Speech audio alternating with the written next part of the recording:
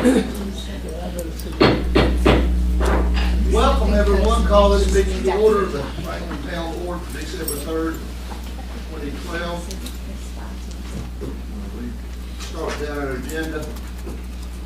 We had minutes of November 5th and November 27th. Distributed in packages. That says the board. I have a request on the November 27th meeting. The draft of it was just one sentence about what took place in about an hour and a half meeting. So I'd like to make a request that we attach all the newspaper articles involving that meeting to these minutes, in case anybody, like my grandchildren or something, one day want to come back and look at that meeting. It really wasn't a meeting. I beg your pardon, it was a public meeting. The mayor called an unofficial meeting. I know it was. Well, somebody called one on my behalf, and I never objected. Let's put it that way, but I think it was an informational. It had the word informational. Doesn't bother me one way or the other. Okay. There's a motion, Tom? Yeah, it's a motion, but I don't think it'll fly. Is there a second? All in favor of the motion? Don't have that second. So you're in favor of the motion? All opposed? Okay, any other items on the dealing with the minute? The motion I to be move approved. we pass them. Is there a second? Any further discussion? All in favor, raise your hand. Opposed? Okay. All right. Public session, time to come and briefly be heard for the board. It's not really a time for a lot of feedback back and forth, but certainly we want to hear from those who've come and signed up. Matt Bateman, 589 North Gibson Road, you're signed up first, sir. Yes, sir. Thank you. Tell us what you hear. Thanks for the time. I appreciate it. I'm Matt Bateman. I am a native of Macon County, born and raised here. I'm a motivated and passionate individual for this community. I'd like to get that out there in the forefront. I've got 2 points that I'd like to discuss with you tonight. One being Venture Local Franklin. I've been thoroughly involved in that movement. And I'd just like to share a couple things about that. We began in November 2011, and I'd like to share our vision statement with you guys. Venture Local Franklin promotes positive and sustainable community advancement. As a citizen-maintained movement, we value inclusive participation, which is both action-based and outcome-focused. Venture Local Franklin strives to collaboratively strengthen the regional economy, embrace our natural resources, establish common goals, drive innovation, and nurture entrepreneurial ventures with the ultimate goal of moving Franklin forward. Now, since the beginning, we've focused on several initiatives, and at the heart of those initiatives are our local economy. Bottom line, create awareness of shopping local, supporting our local businesses and neighbors. We've done that through a shop local awareness promotion, whether that be on a Facebook page or just word of mouth, going to your neighbor and sharing a sale or sharing a promotion, or sharing a new business. We've done it also through cash mobs. I'm not sure if you guys are familiar with cash mobs. It's a new movement, basically just to support local businesses again in the local economy. And we've been partnered with Macon County News, highlighting locally owned businesses and local industry. It's called Venture Local Series. I don't know if you guys have seen that or not. I'm sure you have. That partnership was unique because the highlighting of the business or the industry was done regardless of their an advertiser or not. It was a nice move and a nice partnership on both of us to work on each other, to promote local businesses. And lastly, Street Fest Block Party. I'm sure you're all familiar with that. Downtown. That was a 4-part series this season that we put together and really boosted the local economy. I think you'll find out if you ask any merchants in the downtown area. We have future plans. It's not just a downtown thing. Venture Local Franklin encompasses Franklin as a whole. We want to move around. We want to go to Highlands Road. We've already set preliminary talks with those folks over there to do something similar to Street Fest, not exactly like Street Fest. Those things are in the works, and again, at the heart and soul of it is positive growth of the local economy. There's no hidden agendas. There's no other thing involved. And that's a major point that I wanted to get across. Venture Local Franklin has provided me multiple opportunities to promote Franklin in a positive light throughout the region, not only Franklin. I had the opportunity to speak at the North Carolina Entrepreneurship Summit put on by the NC Rural Economic Development Center in Asheville a couple months ago. Great exposure for Franklin, a great way to show them what we're doing and show them that we're really trying to be a leader in the region. I was the only representative west of Asheville at that summit, which comes to no surprise sometimes. But we were represented well. I'll let you guys know that. Also, I'll be at the Venture Local Conference this Friday. It's Advantage West Initiative, and that might sound familiar, Venture Local Franklin, Venture Local Conference. We kind of borrowed or piggybacked that name from them, with their permission, of course. But it's the same general idea of sharing fresh new ideas, putting new ideas on the table, and putting them into action, not just running them up a flagpole. Second point, and it comes as one of the last things I mentioned, is Street Fest. At the November 27th meeting this past week, I was here. I didn't get a chance to speak, and shame on me. You had to check. Shame on me. You just didn't take it. Hey, there's a lot of talking going on that. I made sure I was involved in a lot of the planning steps for Street Fest. I know there's been a lot of issue with the banner. There's been some other issues with booths, etc. At the beginning of that planning stages, I took every step that I knew how to take, whether it be contacting Linda Schlote for the different pieces of property to reserve, the gazebo, the clock tower, etc. Whether it be the banner going through our town planner, and the DOT was on the message. I was taking the steps that I thought were ideal to take, and how I perceived how that was brought up last week made it sound like we were cutting corners. We're trying to get things sneakily done, and that is not my intentions at all. Like I said, I tried to go through what steps I knew how to take, and at no point in time was I told that I needed to come before this board to get certain things done. Now, I know that is the case now, and then going forward, we'll certainly take those steps. I just want to clear that up, let you guys know that there's no ill will or intent to undermine anything. I just want to take the proper steps to do that. And the one thing that really was a concern of mine, particularly with the banner, the first 3 Street Fests, we had a series of 4. The first 3 went along fine. No one mentioned anything to us. And then it became October 2nd, I was notified that we could no longer do the banner, we could no longer close the street, we could no longer do the booths in the parking areas. And no other alternate solution was presented, other than obviously coming before this board. But at that point, that's the 26th. So that kind of handcuffed us there and limited our resource for promotion. The banner, I'd like to say one more thing about the banner, and I know there's been discussion that this is going to come up again on behalf of you guys and deciding whether or not it's a good idea. I'd just like to say on behalf of myself and Venture Local Franklin, I think it's a great idea, if it makes sense. And I'd like to see things approached that way. If it makes sense, let's do it, let's try it. If it's not going to hurt anything, let's do it. It had a huge impact on the attendance numbers at Street Fest. I know that for a fact.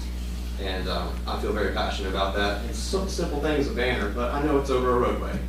And there's things to consider there. But I think I hope that we can make things like that work. Thank you very much for your time. I appreciate it. Thanks, Matt. Thank you. Betsy Gooder?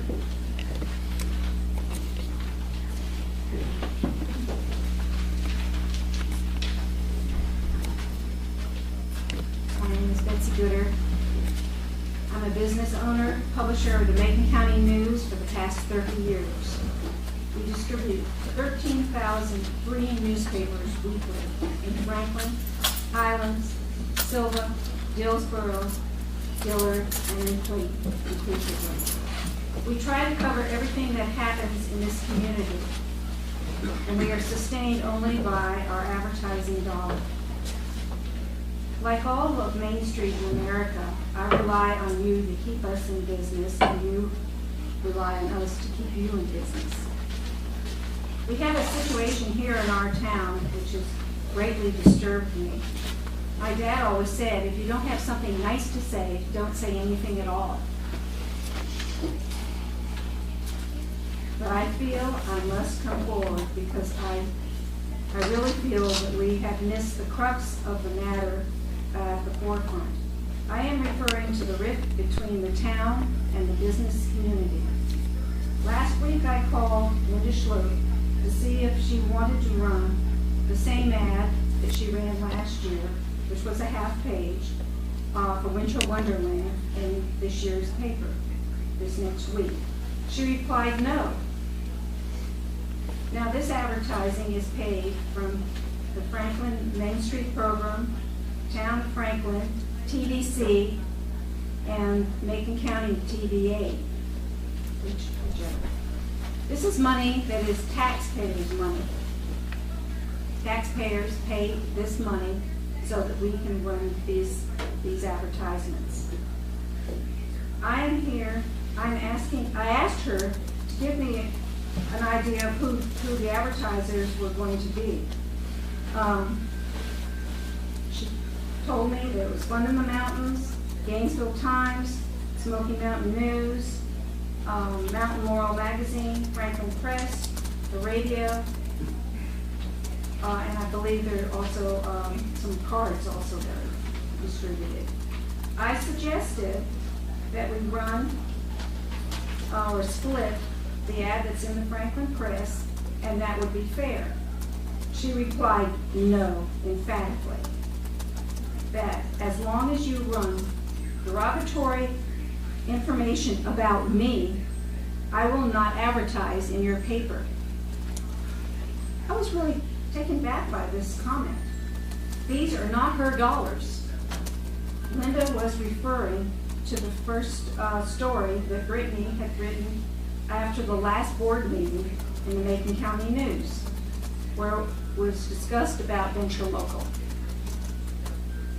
I know a reporter writes very factual articles, but this is not the point. The point is, Linda Schloop has let her personal feelings overshadow her job as a representative of the town, Franklin. After talking to my staff, they suggested that maybe I should get in touch with the representatives of the Streets Board, which are Joyce Hanley and Sissy Patilla, who I contacted and asked if they would come to my office and we could chat.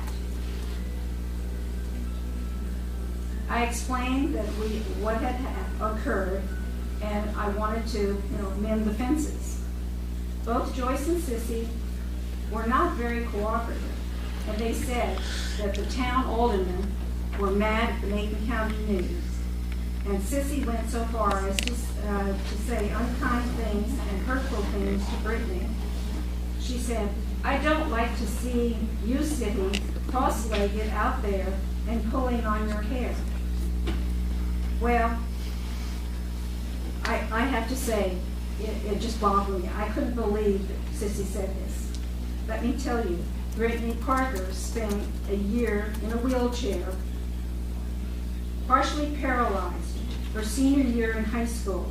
It causes her excruciating pain to let her legs hang from a chair in which she cannot reach the floor.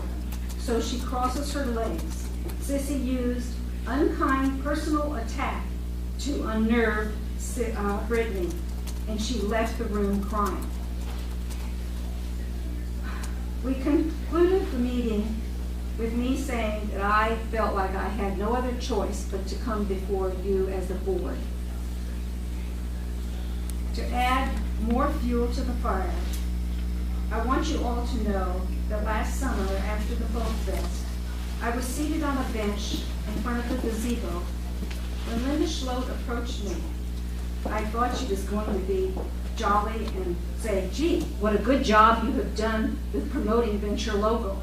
But instead, she was very aggressive and was yelling at me and saying I needed to give less press time to Venture Local, etc.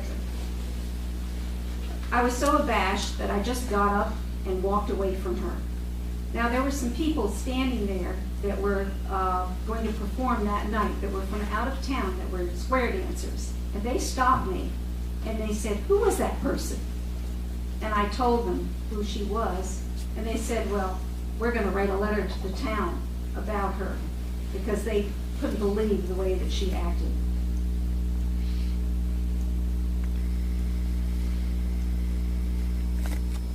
This is not the way I expect to be treated by anybody, anywhere, much less a town employee. I feel very strongly that you aldermen should look at this situation and reconsider how the town and also the Main Street programs are represented. And I leave you with this.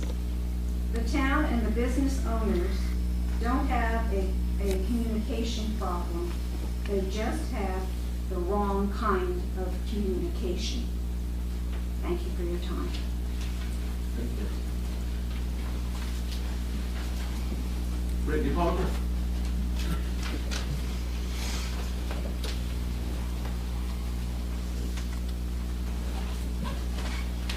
I wanted to come speak tonight to clear up a few things that have been bothering, that I was informed have been bothering the board, or at least Ms. Patillo. First, Ms. Patillo did call me and apologize this afternoon. She did, and I really do appreciate that. During a meeting in her office last week, Ms. Patillo brought to my attention that my actions during the board meeting offended her, and she found it to be rude and disrespectful. Ms. Patillo said that it offended her that I sit in the meetings, sometimes with my legs crossed in the chair, and that I play with my hair. While those may sound like really silly things to be bothered by, or even a silly reason for me to be upset, I want to explain them a little bit more. First, let me say that I'm not apologizing for these things. When I was 16 years old, I was diagnosed with obsessive compulsive disorder. As part of my disability, I have several compulsions or tics that I have no control over. I take medication for it, and I've been in therapy for nearly 10 years. Playing with my hair, as silly as it sounds, is a compulsion. Trust me, it drives me insane. I don't want to do it, and I hate that I do it. I would give anything in the world to just be able to not do it, but I can't. When I was 19 years old, I had a professor in college who embarrassed me in class because it bothered her so bad she called me out on it. And as a result, I cut my hair off to about my chin and to prevent me from being able to touch it. It wasn't until after college, not after I graduated college 2 years ago, that I started to grow it out again. I never in a million years felt the same ridicule and bullying that I succumbed to as a teenager because of my disability would carry over into my adult life, and up until this point, it hasn't. The second thing that Ms. Patillo says bothers her about my actions during the meetings is that I sit cross-legged in a chair.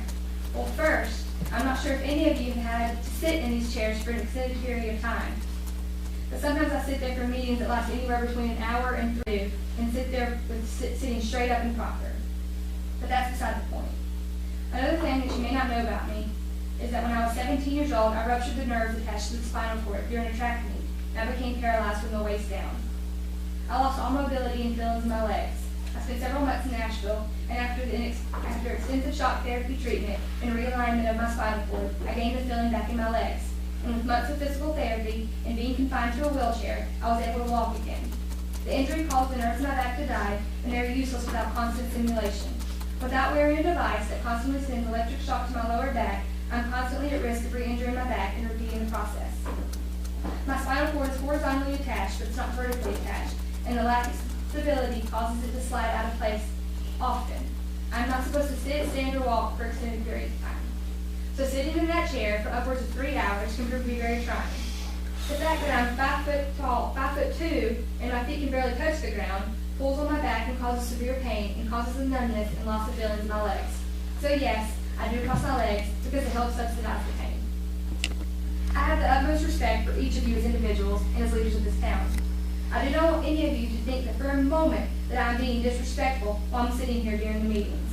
I think the fact that while I may look like I am being inactive, inattentive, and rude, I listen to every single word that gets said. And I do not think that any of you could say that I have ever misquoted you or inaccurately reported on anything the town has ever done. I've been covering these meetings for over 1.5 years. In that time, if any of you have had a problem with me, Ms. Patillo with my behavior during the meetings, or Ms. Hadley with the report, with the way that I report, I am at the office 5 days a week from 9 a.m. sometimes until 9 at night. And on the weekends, I'm usually covering some event in this county. I would have been happy to listen and do whatever I could to fix things. But instead, as elected officials, you chose to harbor your frustration or gossip about me behind my back. That is no way to treat another individual. I hope that I have not offended any of you because of my disability, and if so, I hope this allows you to better understand me.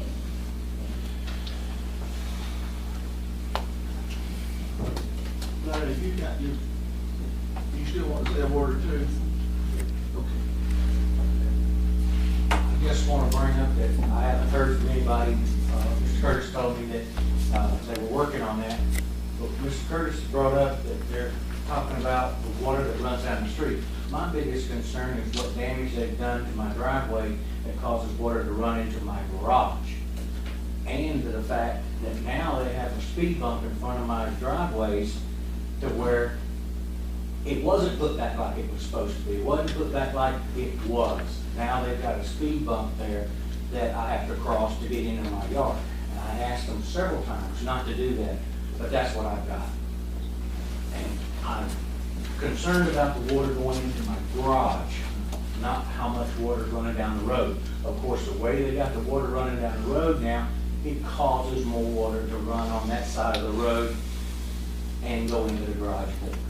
That is part of it. That's not all of it. That's only part of it. That even with the water running down the road before they drove their track hose and stuff in there, it didn't run in my garage. Now it does.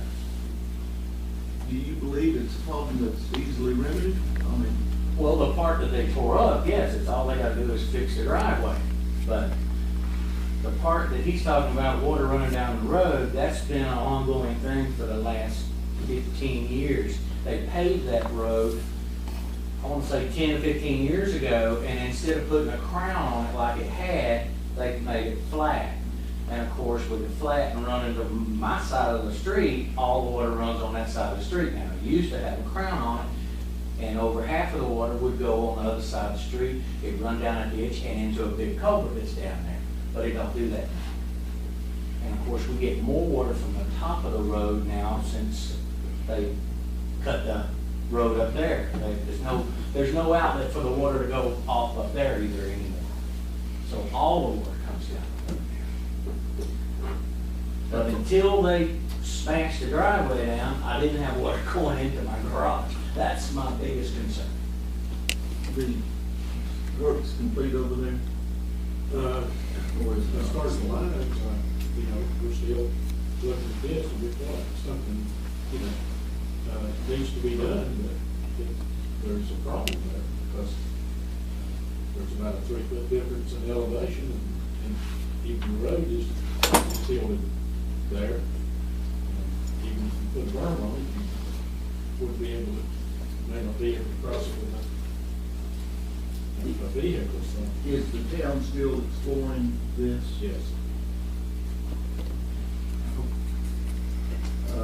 The important thing is to make it right, to the extent that it can be, sometimes disruption in the civil engineer, but Berlin says that the town is still looking at ways to help you there. It's not. Well, he's looking into ways to control the water running down the road. That's one thing. I'm looking for the town to fix the driveway that they messed up. The town didn't do it. The company that put the sewer in. I could shed some light on that for you, Larry. We've got some statements from various people that we're still trying to complete, and Those have been turned over to the town attorney, and when we get the last ones, he'll be contacting you about it. So that will put to rest. Well, Pretty certain. I know what your opinion is and Jay's opinion is. They said Right. that they didn't tear it up. Well, they didn't run water in my driveway, in my garage until they come in there. And if they didn't tear it up, if the town hadn't did it, then the company that did the work did it. That's the only driveway they used. They didn't use any of the other driveways, they used that driveway. All right, And what now I've got water running in my What I'm garage. stating to you is that once you see the statements that were been accumulated, be presented to you by the town attorney, who will answer your questions. Well, I talked to James, the guy that actually did the work, the day that he told me that they wasn't gonna fix that driveway. Yes, I'm aware of that. And he told me the same thing I'm telling you. But the time Jay talked to him, and then he got a hold of him, and both of y'all got together, it was an entirely different story. Well, And it, neither here nor there. your It's still conspiracy running water in my theory driveway. side, there's some other statements to be gathered. Once they're completed, the town attorney will be contacted. Right. Okay. Thank you, Mayor. Dan Williams, new matter? The new matter, Dan? A new topic, and not different from tonight, but from your other one. Oh, we don't wanna let that cat out of the bag, do we? Oh, that cat's been out of the bag and gone a while back, I'm afraid. Too bad we don't have a newspaper here, so that's, we won't talk about that. I own a house in a city called North Miami. And when I was a little kid, the town bought a big tract of land. And after they bought it, it came out in the newspaper. They had all these wonderful, wonderful drawings, and they called it Interama. And that was gonna be a permanent World's Fair. And good idea, you know, and over the years, they kept coming out with more drawings and more studies and more ideas, and they spent millions and millions and millions of dollars on the place. I've been by the place 1,000 times, and my whole life it's been a weed patch. And when I was in high school, a guy named Walt Disney came to town. He wanted to build the new Walt Disney World there, and he wanted to buy Interama to put Disney World. Well, he never could make a deal, and you know that story. He went up to Orlando. Well, 1988, I'm reading in the paper that every person in the town of North Miami, that weed patch costs you $10,000 each. Every person costs you $10,000 each. And I think I'm gonna die, and that place is still gonna be a weed patch. And what a shame. I talked to him about developing the place, and somebody like Donald Trump could have came there, or they could have built a Dan, couple thousand look at multi-million-dollar Dan, homes. get to your point, or have a I'm getting seat. to the point. No, you get to No, it. I'm getting to the You point. better be there. Yes, I'm getting to it. If you wanted to interrupt me and you weren't so rude to me, I'd get to the point.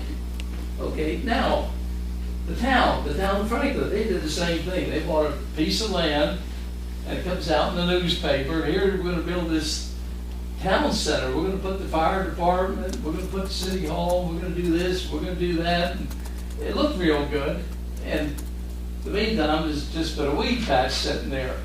Nothing happened. And it seemed like a couple opportunities came, but Home Depot came here, and well, that was an opportunity to unload it, and it looked like Walmart came here, and that was an opportunity to unload it.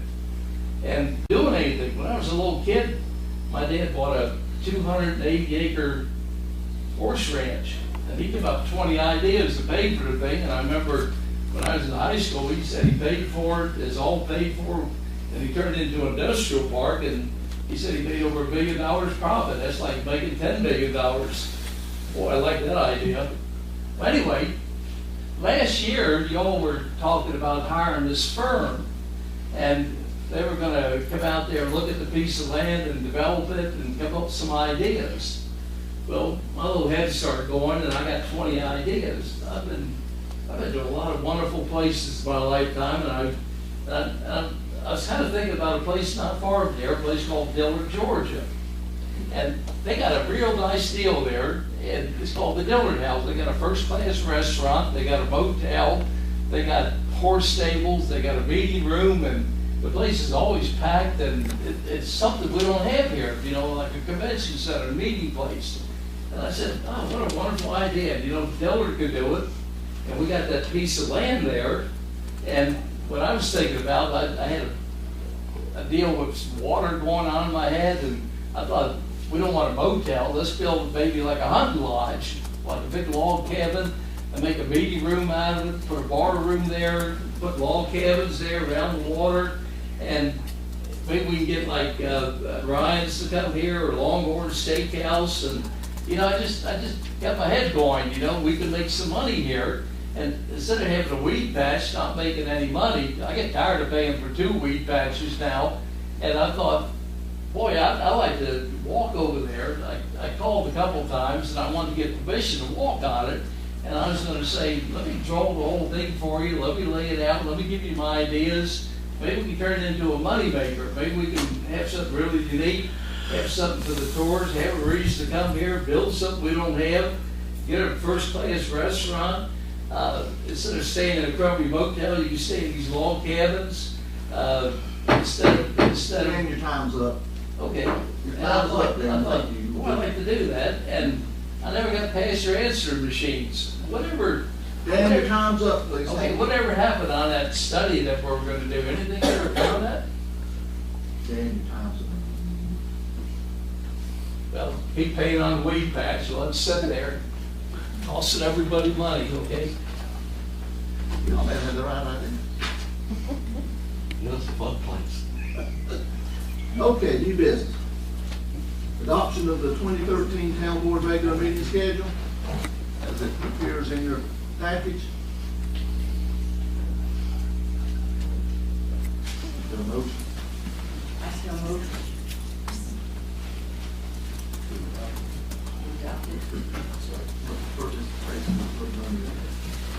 See you, Bob. Right. Is there a second? Second. Any discussion? All in favor, raise your hand. Any opposed? Adoption of the 2013 holiday schedule. That holiday schedule.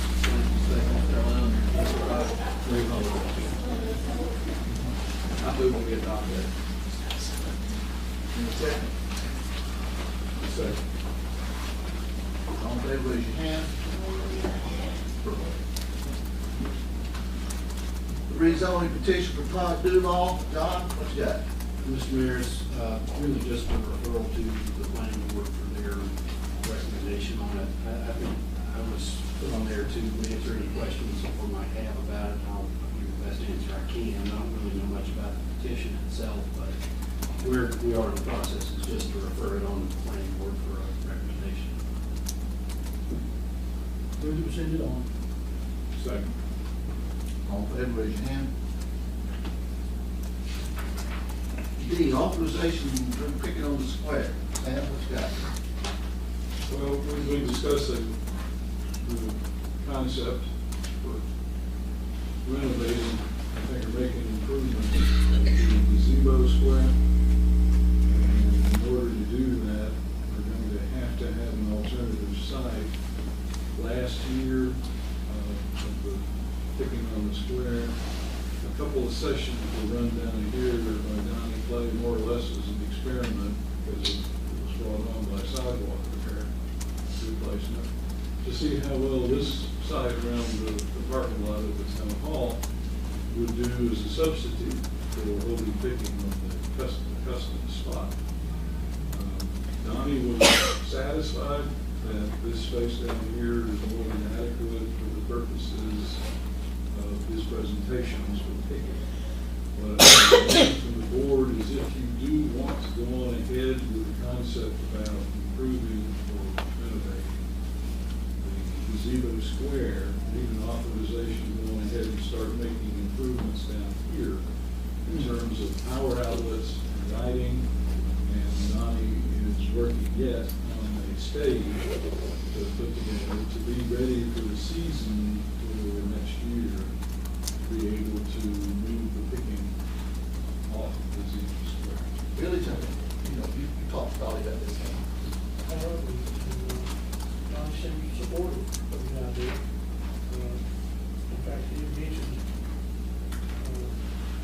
6 times after they had Pickett down here, just a couple of times that he did, that he liked it. He come down here. He was gonna look into some design of his own as far as the stage was concerned about how to do that. And I guess the other thing that I'm thinking about too is if we move Pickett for just one year down here, that doesn't necessarily mean that it has to stay down here. I mean, Sam and I talked about that a little bit. Once the gazebo, once the work is completed up there, if we need to do something else, this will not be anything that we can't undo down here. Well, I would not be in favor of keeping it here forever. I think it's really great down in the corner, but this would be certainly a second wonderful spot for many other things too. well, it can serve purposes more It'd than be just. wonderful, okay, once we get lighting and The question is, Sam, we don't have it budgeted in this year for renovations. We do about how much? Not the gazebo, but to move down here to the picnic. So it would then be incumbent on the next budget cycle, To include the renovation. and that doesn't come into play until July 1. Unless the board wants to advance that for the renovation of the. That's what I'm saying, right? Like, there's no money right now budgeted, and really no design No. for the gazebo. No. So is it premature to make this decision? If we don't do it now, we won't have enough time because picking will start in May. I mean. I see what you're saying there, yes, I do. we need to be ready here. And the master board was looking at getting, forming a committee to see what, get some kind of plan for that. How much money do we have in our budget for the parking lot? We have money in there for lighting improvement, for adding extra power for Right. vendors, and for basically the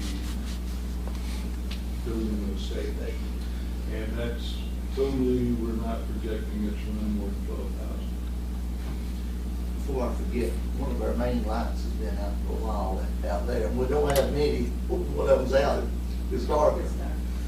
So is it the thought process that not quite so much having to decide right now about picking for next season, but if we're, like Joyce, comfortable that possibly that small investment for another venue of some permanency, so to speak. It's something even better local for the users. Well, there's a lot of different weekends, a lot of different events where the second stage and all will be useful. So, I mean, is it more of a decision right now as to whether we actually wake up in May and want to keep picking up there? Or is it a decision to go ahead and have an alternate to use for picking, or for what purposes at the town? If you decide not to bring it down, we still have this. That's my point. That's your choice. To give you a choice, and I think it's, well, the delay of this, now I know if we get, I've already heard from White Oak Street, but picking's over by 9, you can't be too upset if the music stops at dark. But, There's a lot of people on White Oak Street who sit out on their porch and listen to the music. well, yeah, but it's gonna cut both ways. That's not the ones I've heard from, but that's. But I can hear them, and I live south. I'm not picking on the square, I can hear them in my house.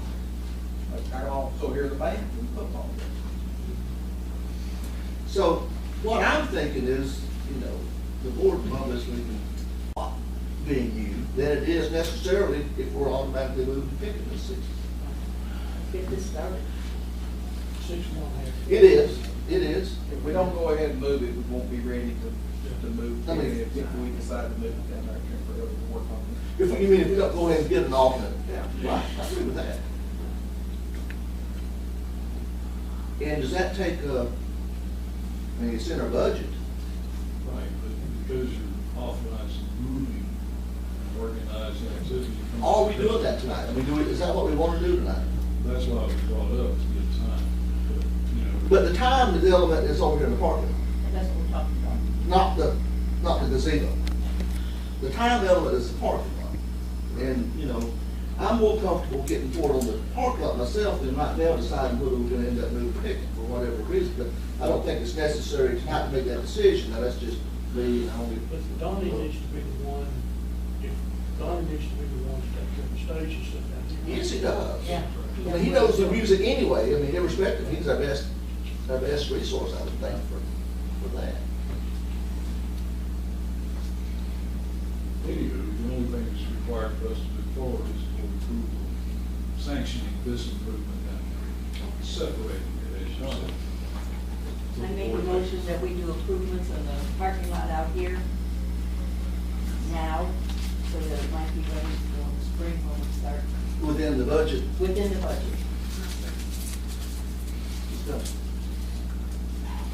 All in favor, raise your hand. Any opposed? Okay. All right, John, jump car ordinance. Mr. Mayor, the town has been looking at the possibility of a junk car ordinance for something like 3 or 4 years. I think some of my earliest drafts of it were back in late 08 or 09. It was brought up again through the course of working with the nuisance ordinance committee. I found that to be very helpful for us to sort of talk through and for a couple of board members to get a feel for where these are going. I thank that committee. It's been very helpful to me. The ordinance before you approaches the problem of abandoned and junk vehicles in about three different methods, 2 of which are sort of set out as police power ordinances to remedy abandoned vehicles and see how that is defined in the ordinance, to abate junk motor vehicles as that's defined, and also determines that certain vehicles that are left to collect water or, shovel weeds and that sort of thing are a nuisance. So this will be one of our first approaches to a new look at a nuisance ordinance. This is one in part. It would be administered by the police department and the town code enforcement officer, both of whom, if you approve it, I'll be meeting with to talk over what enforcement is going to look like. And on that same token, you'll see that I have put in an effective date, and this is just suggested, and the board can change it if you want to, but an effective date of February 1st, 2013, so that we would have some time to consider how many properties we're talking about that have violations, have some conversations with those property owners possibly about voluntarily getting some cleanup, so it's not just in effect the next day and here we come calling about it. There is, as mandated by law, and most of this is sort of set by statute, a process of appeal for owners of junk or abandoned vehicles who come in violation of the ordinance. If you have any other questions about it, I'm happy to answer. I had a question on the sections. The definition of abandoned vehicles. Yes, sir. Number 3, on private property without consent of the owner, occupant, or leasing therefore for longer than 2 hours. That's how it's phrased in the ordinance, in statute. Okay. Section 168-303 sets out those 4 definitions, as the definition of abandoned vehicle. Does that put the responsibility or allowance of the owner to have it removed on their own? If someone leaves a vehicle in my front yard, I want to call a record and have to tow it off if I don't know who it is. You still could. You would also have you would have I use this as a- process okay, also. all right. You wouldn't be prohibited from doing that. Okay.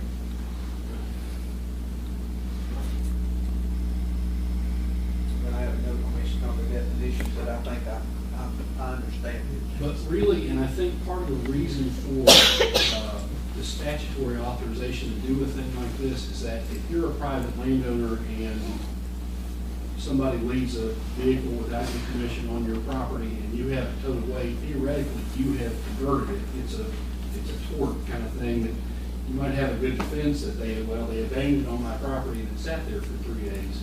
But it's still a defense, you know, when you, this process, if you know, if you would put this process in place instead, it provides a due process, you know, review of exactly what happened. It gives that person an opportunity to get it back.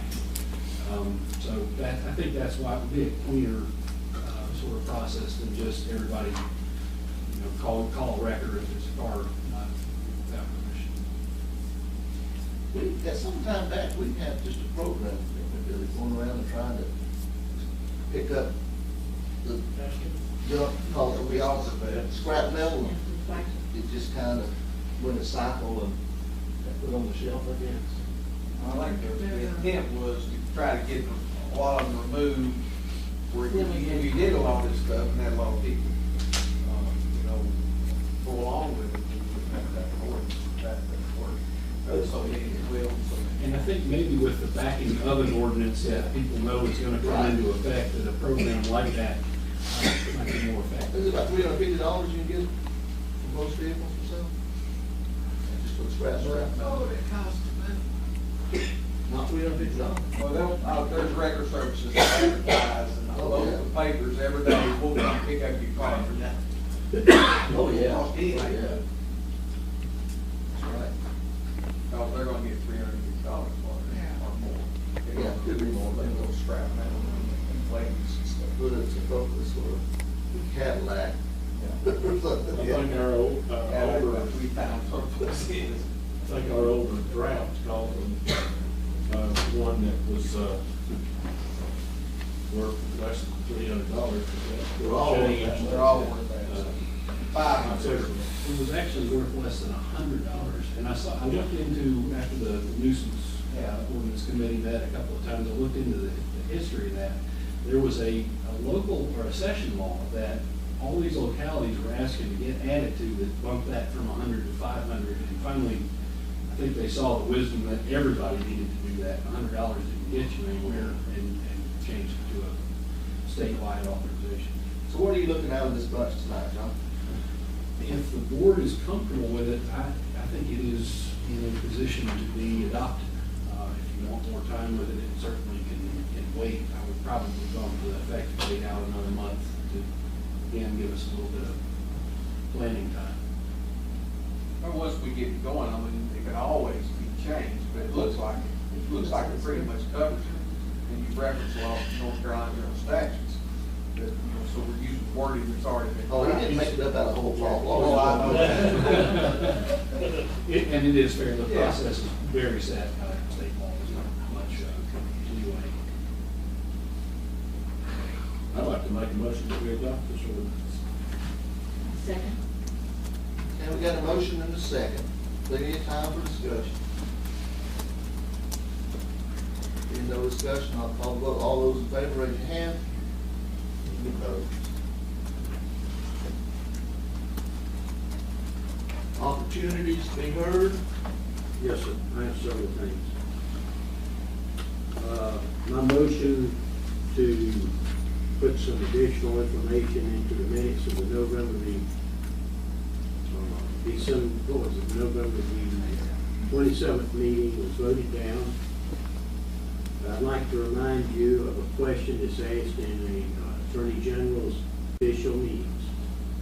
And it says, yes, every public body is required to keep full, accurate minutes of all portions of official meetings, including closed sessions. Right. The meetings we had an agenda. It was advertised. The majority of the board was present. And although no action was taken, I consider that to have been an official meeting. Now, does anybody want to? Did it not suggest that we advertised that there would be no action taken? We did. It was still an official meeting because we had a majority of the board here. Okay, no agenda.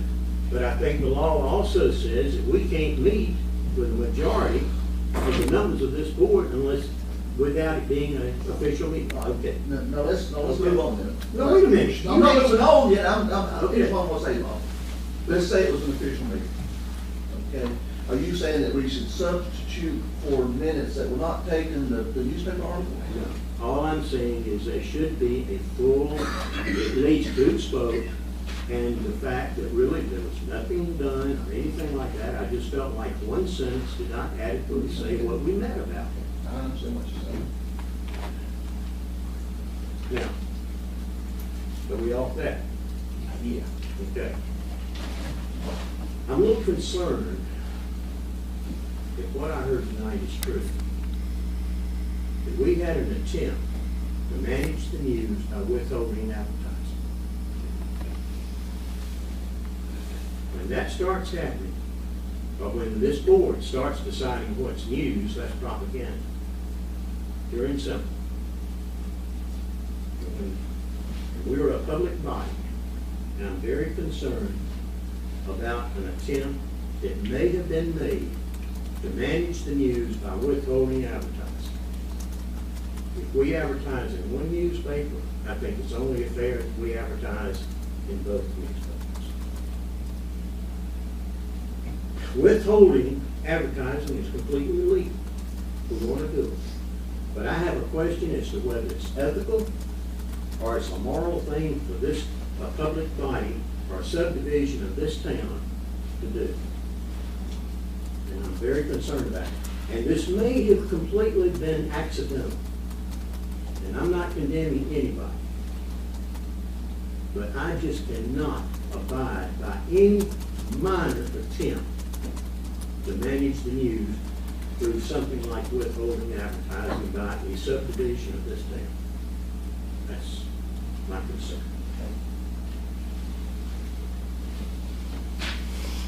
You got other comments? Open house? Before you adjourn, I just have a transition report I want to present to the board. No action taken, doesn't need to be put on the agenda. This regards, of course, the manager's transition. The board, Warren, and I will be making these on a monthly basis to the board. Again, no action is necessary.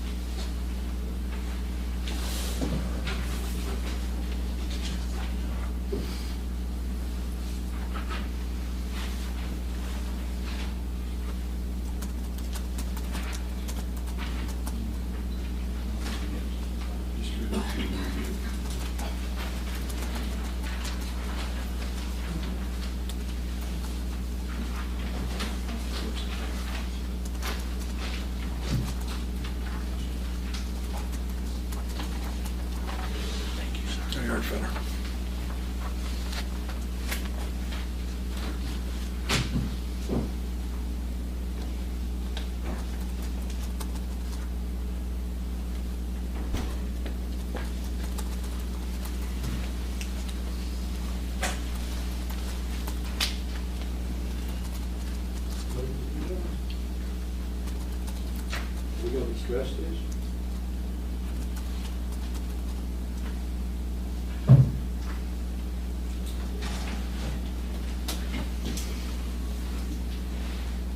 So this will mean Warren will be up here this month, be up here immediately. Part of the time. Oh, yeah, it has to be.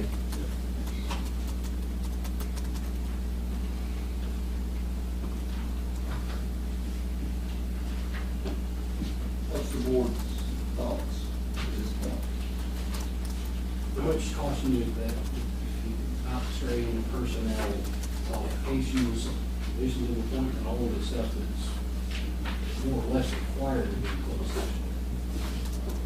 If you're gonna have a blood and guts discussion about it, it's gonna have to be closed session. It's almost required, but it says may, does it not?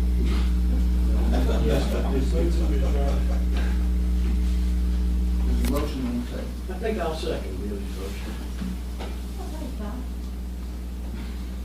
And see if it's a 5-1 vote. There's a motion and a second. Any further discussion? All in favor, raise your hand. Okay. Oh, you're going to vote against it. Thank you, I appreciate it. I hate to be the lone wolf all the time.